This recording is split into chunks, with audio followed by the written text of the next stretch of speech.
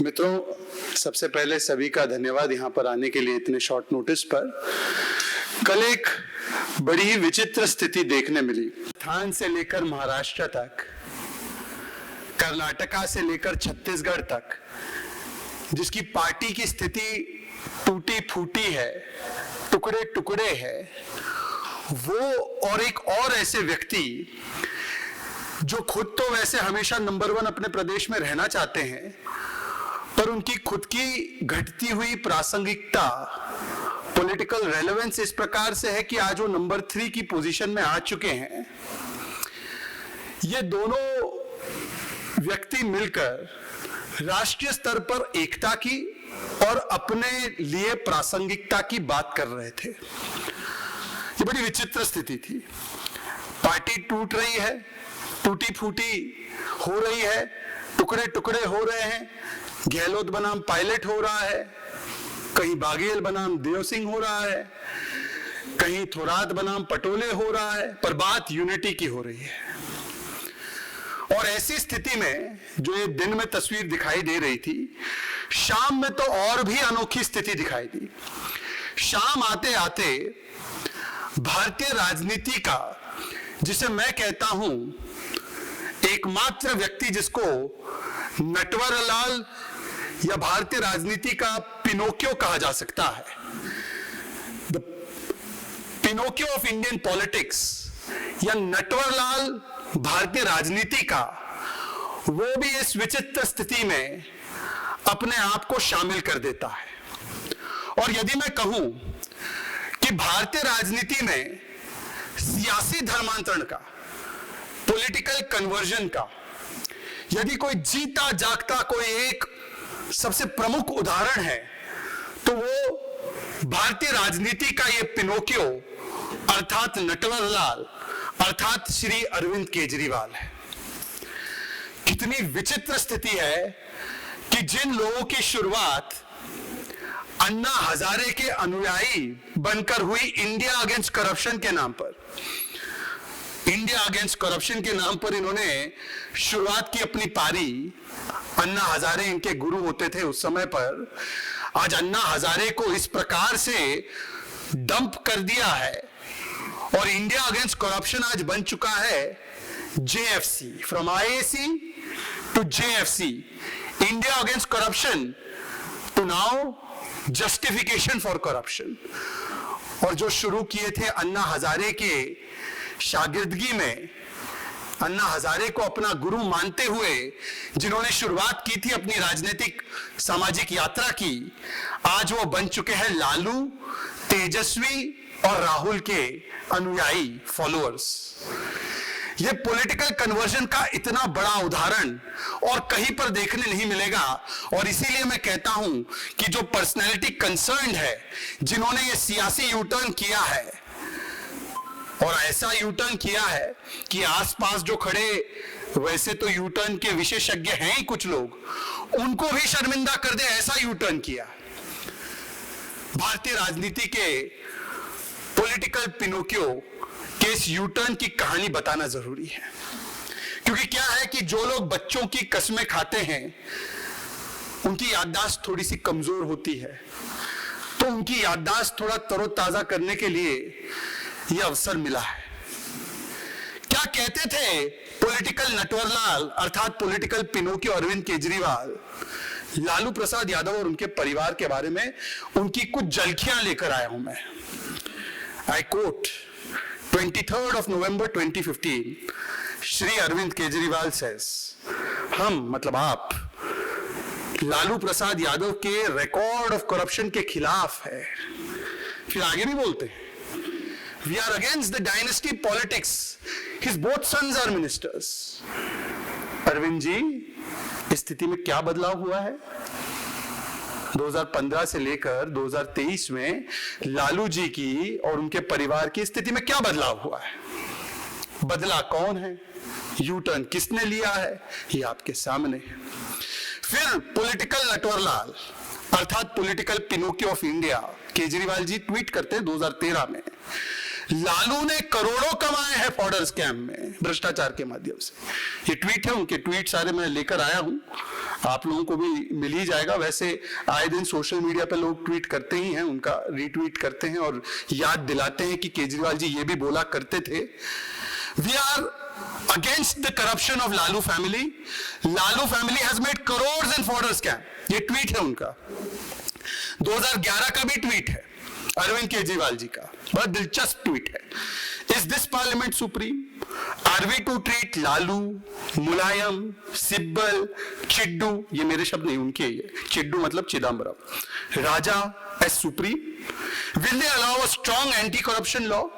भाई इनकी शुरुआत तो इसी प्रकार से हुई थी ना कि हम एंटी करप्शन के नाम पर आए हैं, हम भ्रष्टाचार के खिलाफ लड़ने वाले हैं। उस समय पर इन्होंने एक ट्वीट किया था, ये 2011 का ट्वीट, 2013 का ट्वीट, 2015 का वक्तव्य, जिसमें कि बिना कोई इफ एंड बट, बिना कोई डाउट, और उस समय तो कन्विक्शंस भी नहीं हुई थी लालू जी की।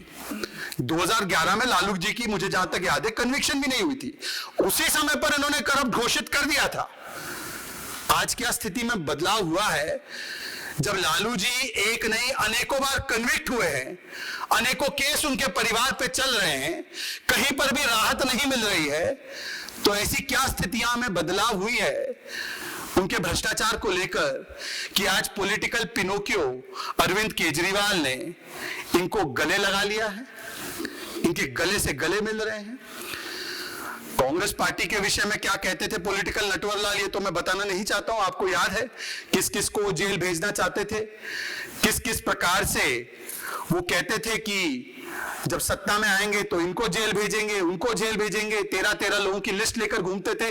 और उस समय पर उनका स्टैंड होता था ना कोई इन्वेस्टिगेशन, ना कोई जांच, पहले इस्तीफा हो, ये उनका स्टैंड होता था। आज पॉलिटिकल नटवरलाल उन्हीं के परिवार के साथ खड़े हैं जिनको वो भ्रष्ट बताते थे और अलायंस बनाने की बात कर रहे हैं उन्हीं भ्रष्ट परिवार के लोगों के साथ।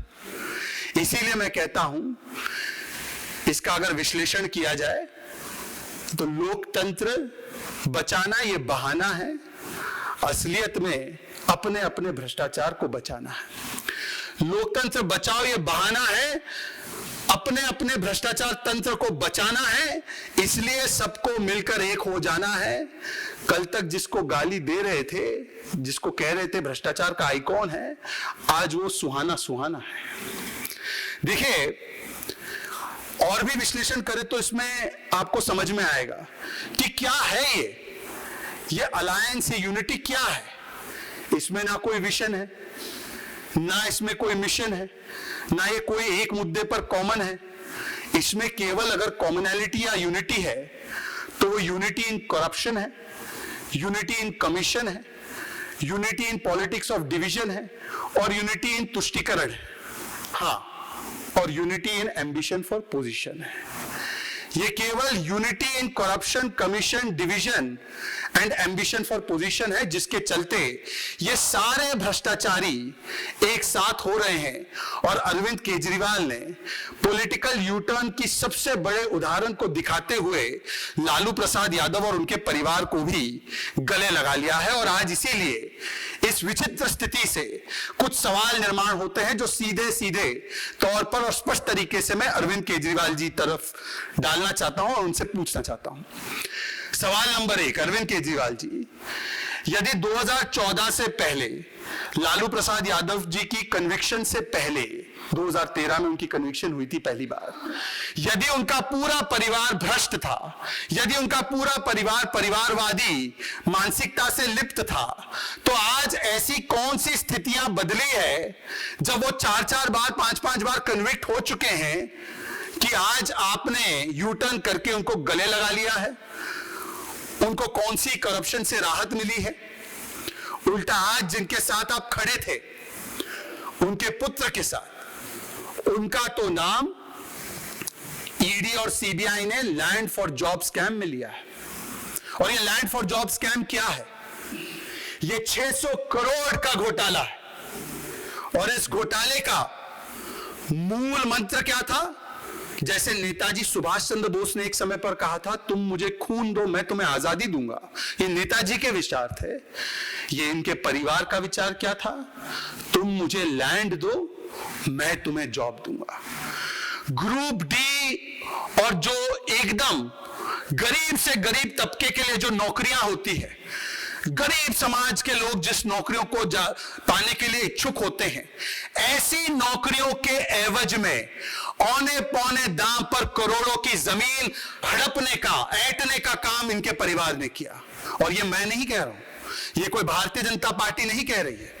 इस पूरे केस के बारे में जानकारी सबसे पहले जेडीयू के ललन सिंह ने दी थी, हमने नहीं दी थी, जेडीयू ने दी थी।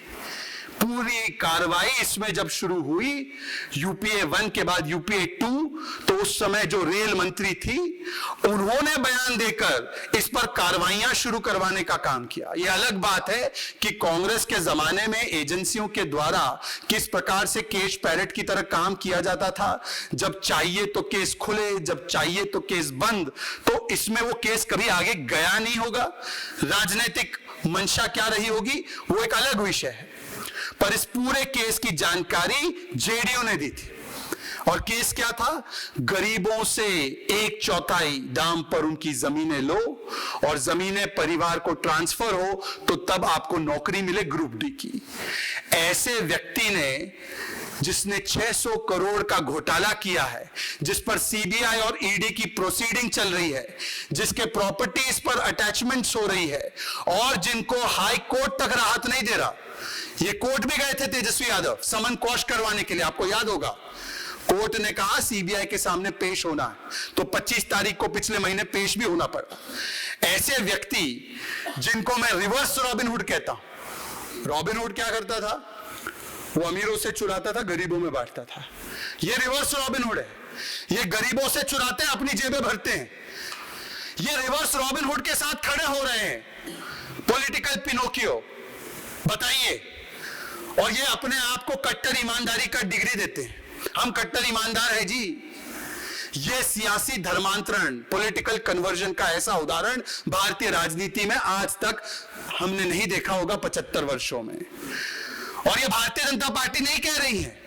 तेजस्वी यादव पर जो प्रोसीडिंग्स हो रहे हैं, उनके परिवार पर जो प्रोसीडिंग्स हो रहे हैं, कोर्ट ने कहा है, मैं आपको एक वाक्य पढ़कर सुनाना चाहता हूं कोर्ट ने क्या कहा है।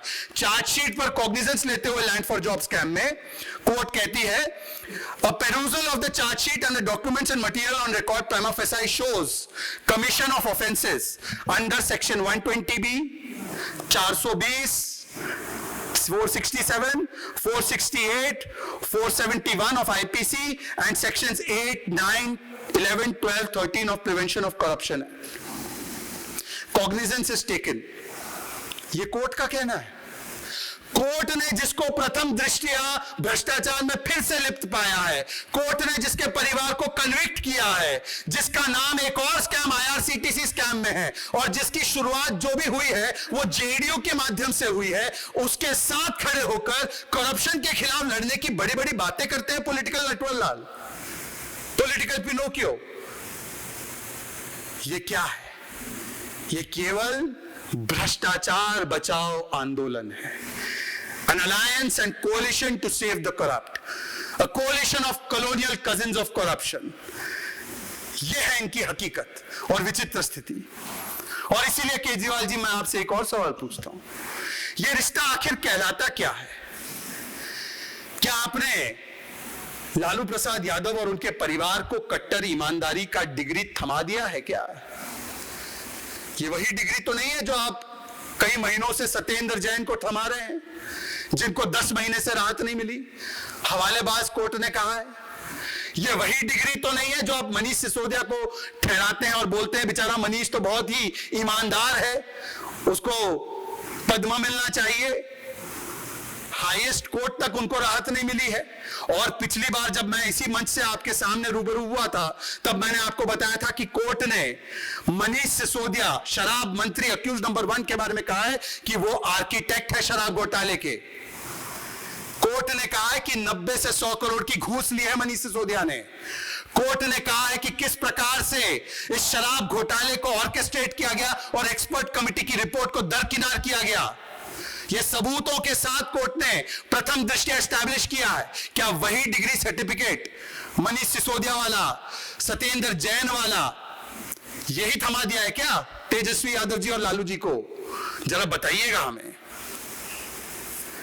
बताइएगा एक बार। अभी जो खबर भी मीडिया के माध्यम से अभी मैं पढ़ रहा था आते आते, कि फिर से एक बार मनीष सिसोदिया को अभी राहत नहीं मिली है, पर शराब घोटाले में किस प्रकार से कॉन्स्पिरेसी की गई उसका एक और नमूना सामने। ऐसा नमूना कि ईमेल्स को फैब्रिकेट करके यह दिखाया गया कि पब्लिक अप्रूवल था उनकी पॉलिसी के लिए। ये तो ऐसे कहते ही थे उनके वक्तव्य पुराने कि शराब पॉलिसी जो हमने लाई है वो best policy in the world है, बेस्ट पॉलिसी ये कहते थे। आतिशी कहती थी, उनके और एक सौरभ भारद्वाज कहते थे, संजय सिंह कहते थे best policy in the world है, बेस्ट पॉलिसी, इससे ज्यादा बेहतर पॉलिसी हो नहीं सकती। फिर यूटर्न करके पॉलिसी कैंसिल कर दी, परंतु ये बेस्ट पॉलिसी साबित करने के लिए मनीष सिसोदिया ने मंत्री होते हुए ईमेल फैब्रिकेट करा के फर्जी ईमेल अपने पास मंगवाए और यह बताया कि यह पब्लिक अप्रूवल आई है इस पॉलिसी के लिए। और बन कैसे रही थी वो पॉलिसी? एक क्लोज रूम में मोनोपोली क्रिएट करने के लिए, कार्टेल क्रिएट करने के लिए, कुछ लोगों को फायदा दिलाने के लिए। तो ये आज इस बीबीसी भ्रष्टाचार बचाओ कोalition के बारे में यह सवाल हमने आपसे पूछा है। केजरीवाल जी बताइए कि क्या झूठ बोलना और पलटना ये आपकी फितरत बन चुकी है राजनीतिक रूप से? आपने जो बड़े बड़े वादे किए थे दिल्ली को कभी पूरे नहीं किए। आपने तो गली गली मोहल्ले मोहल्ले शराब के ठेके खोल दिए। हवालेबाज मंत्री और शराब में लिप्त मंत्रियों को बचाने का काम करते हैं। और आज जिस लालू प्रसाद यादव को आप करप्शन का आइकॉन मानते थे, आज उन्हीं के गले लग गए। ये ऐसी कौन सी राजनीतिक विवशता है, राजनीतिक मजबूरी है? नीतीश जी की तो राजनीतिक मजबूरी हम समझते ही हैं, नीतीश जी की तो हम समझते ही हैं। उन्होंने तो जेडीयू के माध्यम से केस शुरू किया लैंड फॉर जॉब का। एक समय था कि जेडीयू का अधिकृत बयान था कि Lalu is the icon of corruption. उनकी विवशता और उनकी लाचारी, उनकी मजबूरी बिहार में क्या है हम समझते हैं। पर अरविंद केजरीवाल, जिनका जन्म हुआ करप्शन के खिलाफ लड़ने, जिनकी अनुयायी जो थे एक समय पर वो बनते थे अनुयायी अरविंद के, अन्ना हजारे के, आज ऐसी कौन सी राजनीतिक विवशता है कि वो लालू प्रसाद यादव, राहुल गांधी और तेजस्वी यादव के साथ अलायंस बना रहे हैं? इसका जवाब हमें मिलना चाहिए। अंत में मैं केवल इसको समअप करूं तो कह सकते हैं जो आजकल ये नजारा दिख रहा है, चल पड़ी है करप्शन की रेस, चल पड़ी है करप्शन की रेस। सबको बनना है इस भ्रष्टाचार के ठगबंधन का फेस। चाहते हैं सब बंद करवाना अपना अपना केस, परंतु सुप्रीम कोर्ट ने इनके अरमानों पर लगा दी है ठेस। और इसीलिए मिल गए हैं सारे भ्रष्टाचारी अपने अपने बचाने अपने कुनबे और अपनी स्पेस। ये इस प्रकार का विश्लेषण निकल कर आया है। आज पॉलिटिकल पिनोकियो को इसका जवाब देना चाहिए कि क्या 2011, 12, 13, 14, 15 में जो उनका विश्लेषण था लालू प्रसाद के परिवार पर, उनके भ्रष्टाचार पर, वो उस पर यू टर्न करते हुए आज भ्रष्टाचार को गले मिल रहे हैं, मिला रहे हैं, लग रहे हैं, क्योंकि वो खुद भ्रष्टाचार की सबसे बड़ी बड़ी डिग्रियां लेकर बैठे हैं। बस इतनी बातों के साथ मैं अपनी वाणी को विराम दूंगा। कोई और सवाल होगा तो आप पूछ सकते हैं। But there is also a coalition and alliance in Maharashtra. What do you have to say to that? Because there are rumors that NCP can pull out of the Mahavikas Aghadi, and also we have seen how Supriya Sule has praised Modi government ministers. Do you think there is a trouble brewing there? मैं क्योंकि स्वयं महाराष्ट्र से आता हूं, जब इन्होंने इस alliance को MVA महाविकास आघाड़ी कहा था तो हमने कहा था ये महाविकास आघाड़ी नहीं, ये महाविचित्र आघाड़ी, ये महाविडंबना आघाड़ी और ये महाविनाश आघाड़ी है। क्योंकि ये कोलिशन ऑफ कन्विक्शन नहीं है। कन्विक्शन वाला इनके पास एक भी मुद्दा कॉमन नहीं है। क्या सावरकर जी के मुद्दे पर ये एक साथ है? नहीं है। क्या हिंदुत्व के मुद्दे पर ये लोग एक साथ है? नहीं है।